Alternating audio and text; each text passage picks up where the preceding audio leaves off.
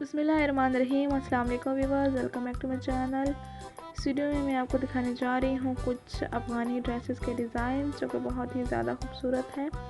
इसमें आपको different ideas मिलेंगे, डिफरेंट कलर कॉम्बिनेशन मिलेंगे। आई होप आपको वीडियो पसंद आएगी। वीडियो को एंड तक ज़रूर देखिएगा ताकि आप कोई भी डिज़ाइन मिस ना कर सकें। इस वीडियो के रिलेटेड मैंने एक वीडियो बनाई थी जिसमें आपको मैंने फुल कटिंग स्टिचिंग के साथ ये फ्रॉक बनाना सिखाया था। उस वीडियो का लिंक मैं आपको डिस्क्रिप्शन में दे दूँगी, आप वहाँ से जाकर हमारी वो वीडियो देख सकते हैं।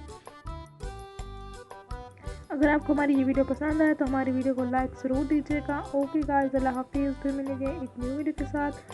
तब तक के लिए अपना बहुत सारा ख्याल रखिएगा और दुआ में याद रखिएगा। अल्लाह हाफिज़।